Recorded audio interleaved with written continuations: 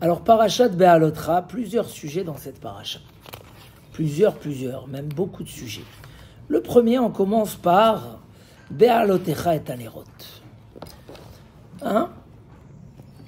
L'allumage de la menorah au Beth Amikdash. 3 éléments sur ça. Premier élément, pourquoi ça vient ici? Rashi nous dit quelque chose de merveilleux. Parce que quand Aaron il a vu que les présidents, les Nissim, ont ramené les charrettes avec un sacrifice chacun, et les Lévi'im n'ont rien amené, Aaron il était peiné. Il a dit pourquoi moi j'ai pas? Pourquoi nous on n'a pas les Kohanim? Mais je t'en prie, les Kohanim ils ont une tonne de travaux au Beth Amikdash. Pourquoi on n'a pas participé? Kadosh Baruch Hu, il a dit calme-toi. Be'alotra et Anerot. Sache que toi tu vas allumer la menorah.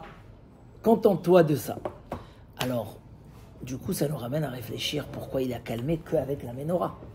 Il aurait pu lui dire, toi tu amènes le lechem apanim, le pain, toi tu sacrifies tous les matins et tous les soirs. Pourquoi il lui a dit d'Afka la menorah? Qu'est-ce qu'il y a dans la menorah de particulier? Beaucoup d'explications, mais la plus connue, c'est celle du Nachmanide, du Ramban, qu'en fait, il est venu lui dire, la menorah, elle est éternelle, contrairement aux autres choses. Tout va s'annuler, même les charrettes. À un moment, le Beth Amikdash, il va être construit, il aura besoin de charrettes, tu vois.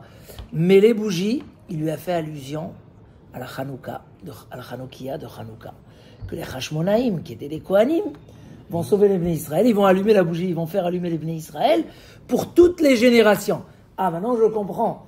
Puisque Aaron avait le désir, il ne se contentait pas de un peu de mitzvot, il en voulait toujours plus. Hachem lui a dit, toi tu auras le cadeau que c'est vous qui allez faire allumer au Bnei Israël la Hanoukia par les Hashmonaïm. C'est le premier point. Le deuxième point, je passe un petit peu sur les sujets importants de la paracha, c'est ce désir de Aaron. Pourquoi tu en veux toujours plus? Ça suffit. Des fois, quand on voit quelqu'un comme ça, on lui dit « Oh, stop !» Alors, il n'a pas fait comme Korach, où il a dit « J'ai envie, moi aussi », et il a fait une dispute. Non, il a dit juste, il était peiné. Hachem, il a vu un homme qui a envie d'évoluer dans le spirituel, un homme qui a envie d'étudier la Gemara, comme on a parlé maintenant, un homme qui désire, Akadosh Baruch Hu, il répond toujours présent. Arrête, je t'ai envoyé dans le monde pour ça. Toute la mission de l'homme, c'est ça. Si tu as envie, je ne vais pas te le donner. Aaron, il a... Et on est justement dans cette paracha où il y a aussi le Pessar Sheni, qui est le même principe. On en a parlé déjà à l'époque de la Ilula de Rabbi Shimon Bar Yochai, mais juste je rappelle, c'est la même chose. Les gens, ils ont dit, ah non, on était impurs, on n'a pas pu faire le Korban Pessar. Oui, mais vous étiez impurs parce que vous avez fait une mitzvah. Vous êtes occupé du cercueil de Yosef Hatzadik. Comme quelqu'un qui dit, moi je ne peux pas étudier la Gemara, j'amène mes enfants à l'école. Je fais déjà une mitzvah. C'est vrai, c'est encore une plus grande mitzvah. Mais si tu désires plus, tu as envie, Hachem il va te trouver, ou fourrer ça, et ta femme elle va te dire, c'est bon, je t'attends jusqu'à 10h, et c'est même le Olam Haba des femmes, quand elles attendent leur mari, pour qu'il aille étudier à la synagogue, ça leur... Donc, ils ont demandé, ils ont dit, on veut Korban Pessar. Ils n'ont pas dit, non, ça suffit. Dans le spirituel, il n'y a pas, ça suffit. Si je peux plus, j'ai envie de plus, parce que je sais le mérite que c'est, je sais où ça m'amène et pourquoi je suis là. Donc, dans cette paracha, ce désir-là, et les Nessim, ils ont montré un exemple, d'eux-mêmes. Et c'est là où Aaron, il a pris, parce que c'est Nessim, c'est pas Hachem qui a ordonné d'amener les charrettes. C'est d'eux-mêmes. Issachar, il a eu l'idée, pour ça il a été marqué en deuxième, après Yehuda, qui est le roi. Ça veut dire, il y a eu ici, et Aaron, il a dit, alors moi aussi. Ça veut dire que même quand on ne nous a pas compté dans le compte, il y a par exemple, on reçoit un grand rave, un homme important, on invite des gens, et il y a un qui est là à la porte, il dit, pourquoi on ne m'a pas invité, j'ai envie de venir. C'est gênant, mais il a tellement envie, il s'en fiche du kavod, il dit, les gens qui le voient, il dit, il a tellement envie de voir le rave, vas-y, rentre, tu es de nos invités. Si un homme, il a ce désir, alors on lui donne. C'est à répétitif dans toutes ces Gmarot après Rosh Hashanah, dans tous ces parachiotes après Shavuot, cette histoire-là de l'initiative personnelle, le Mevakesh Hashem, celui qui est demandeur, et savoir, il ne faut pas désespérer avant d'être demandeur. Parce que si tu es demandeur, Hashem il va t'ouvrir l'horizon et tu vas trouver la solution. Ça, c'est le message numéro 2 de la Menorah. Troisième message de Be'alotra et Anerot, c'est la reconnaissance qu'on doit avoir envers Hashem et dans la vie. Parce que, pourquoi on avait besoin d'allumer des lumières à Dieu? Pourquoi? Il dit le Midrash, Kadosh Baruch Hu, il veut pas qu'on soit tout le temps redevable à lui. Alors il veut nous apprendre c'est quoi la reconnaissance. Il nous a éclairés dans le désert. Allumez des petites bougies, même s'ils vont servir à rien. Mais apprenez à être reconnaissant. Et là, Chaim Shmulevitz, il a un très très beau cours là-dessus, sur le sujet de la reconnaissance. Si un jour vous avez besoin, parce que dans les fêtes des enfants, c'est bien de parler de la reconnaissance à Hachem. Il a un cours merveilleux sur cette notion-là. On allumait les bougies. Qu'est-ce qu'on éclaire au Beth Amikdash avec ces bougies? Dieu, c'est la lumière. Le Beth Amikdash, c'est la lumière elle-même. Hachem, il dit, mais quand même, je veux vous montrer, vous donner l'opportunité de pouvoir avoir reconnaissance envers moi. C'est un message extraordinaire qu'on voit. Voilà, ça c'est le premier sujet. Dans la paracha, je ne vais pas faire tous les sujets, parce que donc on a le Pessar Sheni, on a l'histoire des nuées de gloire qui accompagnaient les Bnei Israël, où on félicite énormément les Bnei Israël d'accepter. Je vois par exemple, j'ai des jeunes ici à la Yeshiva, quand je leur dis de changer de chambre, même s'il y a des bonnes raisons, impossible. Ils ont leur place, ils veulent pas. À la fin, nous aussi, on dit, bon, allez, il faut qu'ils soient encore à l'aise. Mais c'est très dur de se soumettre quand on nous met des conditions difficiles. Les Bnei Israël, le nuage, des fois, ils faisaient camper dans un endroit pourri pendant 2 semaines, et des fois, c'était un endroit magnifique, un paradis tropical, et un jour, et le Hanan, il s'en va, il faut aller. Et les Bnei Israël étaient complètement... Ils allaient après la parole d'Hachem. C'est pour ça que c'est étonnant que juste après, ça commence les râleries. Parce que juste avant, on dit Alpi Hachem Yachanou, Alpi Hachem Isaou.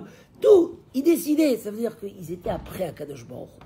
Maintenant, malgré tout, même quand il y a après Akadosh Baruch Hu, qui a la Emouna, etc., et qui suit, qui dit moi, ce qu'Hachem il dit, je fais, mais quand même, des fois, il peut râler.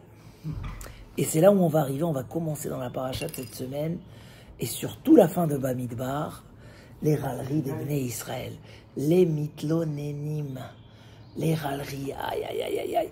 Mais là, on va arriver à l'histoire des deux nouns. Je ne sais pas si vous vous rappelez, mais je vous montre ici les deux nouns à l'envers. C'est pas deux nouns, c'est comme ça, c'est dans le Sefer Torah. L'histoire des deux nouns avec tous les messages qui viennent autour. Il y a une pensée juive autour de ces nouns exceptionnels. C'est quoi ces deux nouns? Les deux nouns qui donnent le dos, peut-être même avec le yud en bas et le vav à l'envers. Puisqu'on n'a pas beaucoup de temps, je vais dire un petit peu en bref. Rashi lui dit, il y a plusieurs avis dans le Midrash, pourquoi il y a cette coupure-là, comme ça. 2 versets au milieu, des versets très particuliers, que Moshe demande à Hachem de rester toujours avec les Bnei Israël, de les accompagner partout, même quand ils sont dans la faute, etc. Et ces 2 psukim-là, ils sont au milieu comme ça, avec 2 nouns qui les séparent sans explication. Alors, dans la Midrash, il y a plusieurs avis. Il y a un avis qui dit qu'on a 7 livres de la Torah. Il n'y a pas 5 livres de la Torah, il y a 7. Parce que le livre de Bamidbar, il est découpé avec ces 2 nouns. Donc ça le découpe en 2, plus ce qu'il y a au milieu, ça fait 7 livres. Sur ça, le roi Salomon, il a dit « Chatzva amudea shiv'a ». Il y a 7 livres dans la Torah. Qu'est-ce que ça signifie? Ça veut dire que là, il fallait couper en 2. Et c'est là où il faut un petit peu essayer d'analyser pourquoi ici, cette paracha est fait comme si que le Bamidbar, c'est 3 livres. Il y a dans ça une signification. Mais Rashi, il amène l'autre avis dans le Midrash, qui dit tout simplement, c'était pour séparer entre les 3 malheurs que vont subir les Bnei Israël à ce moment-là. C'est pas bien d'enchaîner les échecs. Et pour pas qu'il y ait 3 c'est Chazaka, ça veut dire que ça s'installe. Donc on a séparé avec une paracha qui parle de l'espoir du juif même quand il est au plus bas, où Hachem ne l'abandonne jamais, pour rappeler que même quand il y a des problèmes, Hachem il est là et tu ressors. C'est quoi les 3 malheurs et comment on les sépare? Alors, les 2 qui viennent après, on les voit, ils sont marqués. Les Bnei Israël, ils ont commencé à râler qu'on les a fait marcher trop vite. Rashi dit c'est les Réchaïm, ils cherchent des prétextes pour s'éloigner d'Hachem. Alors on voulait les faire entrer vite en Israël après le mont Sinaï, après Kabbalat Torah. On les a fait marcher vite et ils ont râlé. Hachem il a dit alors c'est bon, vous allez rester dans le désert. Quoi? Il y a eu un feu qui est venu et qui a brûlé une partie du peuple. Première chose. Moshe il a prié, le feu s'est avalé dans la terre. Après, il y a le Asaf Souf, les simples du peuple, qui pleurent, ils disent, oh là, on n'a pas de viande. Et en Égypte, on mangeait des pots-de-tyran et de la pastèque gratuit. Et maintenant, on mange que la manne, que la manne, que la manne. Vous savez, les gens qui ont le paradis, mais ils en ont marre, ils disent, ah, il n'y a que ça, j'en ai marre. En fait, ils cherchaient à se plaindre et ils cherchaient quelque part. Donc ça n'a pas plu à Akadosh Baruch Hu. Mais ça, c'était la partie simple du peuple.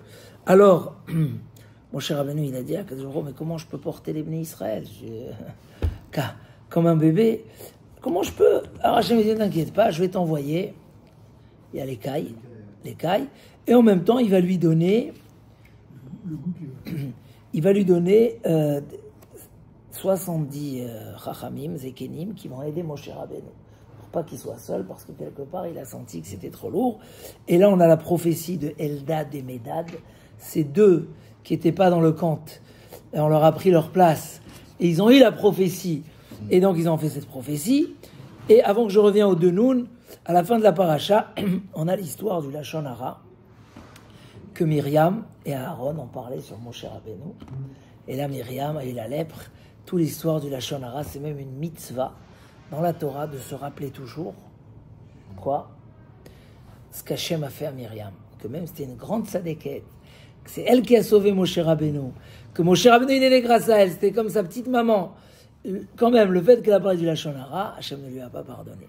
Donc rappelle-toi de ne pas parler du Lachon Hara, même si tu as des bonnes excuses. Mais revenons, c'est quoi les trois? Donc on a trouvé les deux malheurs que les Bnei Israël ils ont eu, le feu et la mort avec les cailles, etc. C'est quoi la première? Et là, Rashi nous étonne à la folie. Rashi dit, le premier, c'est qu'ils ont voyagé du Har Sinaï. Et le langage montre qu'ils ont voyagé avec joie comme un enfant qui se sauve de l'école. Comme un enfant qui se sauve de l'école. Peut-être qu'ici à Paris, on ne connaît pas c'est quoi. Mais nous, on habitait, les enfants, ils pouvaient sortir dehors, c'était fermé. Donc, on pouvait savoir c'est quoi un enfant qui décide un jour de se sauver de l'école, il va à la maison. En fait, malgré qu'ils ont atteint des niveaux très élevés, mais c'était trop d'un coup pour eux, entre guillemets, qui viajol. Et ils étaient contents de partir. Ils ont dit, ça y est, ça suffit. Et c'était ça, le premier malheur. Parce que tous les autres malheurs, c'est une conséquence de ce malheur-là.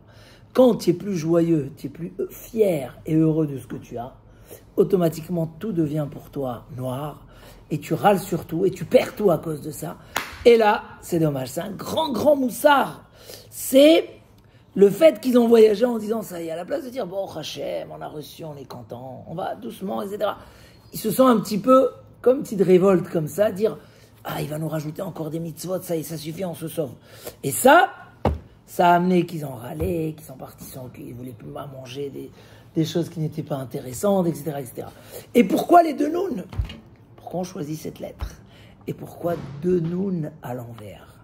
Alors, en bref, comme ça, vous aurez un petit cours, mais très chargé. Il y a deux petites explications. Le noun, c'est un très grand symbole, parce que le noun, c'est les 50 degrés de pureté ou d'impureté. Donc, ça veut dire que là, on est en train de dire, attention, il y a des choses qui se passent qui peuvent faire descendre la personne de tout en haut jusqu'à tout en bas, parce qu'il y a le sommet, vous êtes monté au Har Sinaï.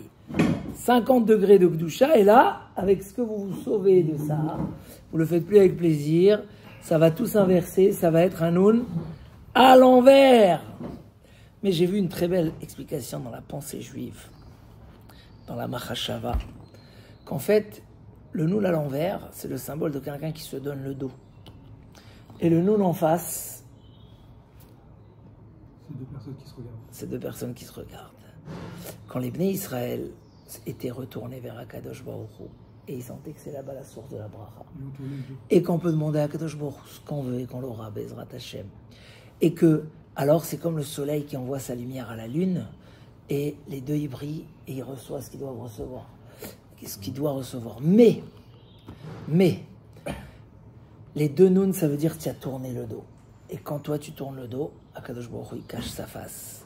Et là, il n'y a plus de lumière, c'est que les galères. Et donc c'est là où on a mis. Et qu'au milieu, Moshe Rabbeinu, il prie et il demande à Akadosh Baruch Hu, mais même quand tu tournes ta face, des Bnei Israël, reste avec eux. Shuva Hashem, qu'il n'y ait jamais un juif ou une situation dans le peuple juif où c'est perdu. Qu'il y ait toujours cette renaissance que notre peuple a connue, qu'à tout moment, et que même un homme qui descend très très bas, Hachem est toujours là, même si, comme le chant dit, et c'est dans les écrits de Rabbi Nachman, à Philou Be'astara, même dans la plus grande cache de Hachem, il cache sa face au maximum. À Néomed, je suis derrière. Je suis derrière cette chose-là. Donc, il y a ici quelque chose d'extraordinaire, qu'à Philou Be'astara, que il reste là, mais le but c'est de remettre le Noun. Il y a encore une deuxième explication, mais après on peut développer énormément. Juste, c'est chez l'homme, il y a le Vav, c'est les 6 jours de la matière. Le monde il a été créé en 6 jours. La matière, elle a toujours 6 côtés. On est d'accord? Elle a toujours 6 côtés. 1, 2, 3, 4, 5, 6. D'accord? Mais il y a le Yud dessus. C'est ce qui compose le Noun. Quand le Yud il est en haut, alors la matière elle est vers la Gdusha. Et c'est la Gdusha qui domine. C'est les cours de Torah qui dominent. C'est la Gemara qui domine. Alors le Noun il est à l'endroit. Il est vers Akadosh Baruch Hu, l'homme il évolue. Mais quand on renverse le Noun, ça veut dire que la Gdusha elle devient, allez on va se sauver, il y a trop de mitzvot. Ce qui m'occupe c'est plus mes vacances, c'est plus mes plaisirs, etc. Et pour le reste j'ai pas le temps. J'ai pas le temps ou je suis pas intéressé au Chas Shalom. Qu'est-ce qu'on fait? On renverse le Noun. Et là, le Yud, il est en bas, et le matériel, il est en haut. Et là, c'est la destruction, c'est les galères qui s'enchaînent. Donc, le message dans cette paracha, c'est, on a reçu la Torah, maintenant, on va recevoir encore plus, comme on l'a dit tout à l'heure. On va se fixer ses cours. Le soir, on va étudier nos livres de Halacha et de Moussar que je vous ai recommandés. Bien, etc. Après, la matière, elle est, même si elle prend plus de temps, même si le Vav, il est grand par rapport au Yud, c'est pas grave, mais c'est toujours sous l'objectif du Yud, de la pensée, de la Gdusha, d'Akadosh Baruch Hu, alors ça marche. Et là, les galères ailleurs, ils sont pas là. Mais si Chazécham on inverse, on perd tout. C'était ça la tfila que Moshe Rabbeinu a prié entre les deux Noun sur les Bnei Israël, que même quand Chazécham il se trompe, mais qu'Hachem fasse. Et c'est une des raisons de l'antisémitisme qu'on vit aujourd'hui, c'est qu'il y a un rappel au clan Israël de revenir à son identité, de se renforcer dans ses valeurs, parce que c'est la seule richesse, c'est la seule protection. Et quand on est dans ça, on n'est plus inquiet de rien. Mais, Chazécham, des fois on oublie, et c'est là où la tfila de Moshe Rabbeinu elle vient. Donc, Bezrat Hashem, après Matan Torah, surtout faire attention de ne pas dire, voilà, j'en ai trop, j'en veux pas, mais au contraire, j'en veux plus, et j'en veux plus, comme il a fait Aaron HaKohen. C'est comme ça qu'on arrive au grand succès spirituel et matériel, Bezrat Hashem. Chazak Baruch.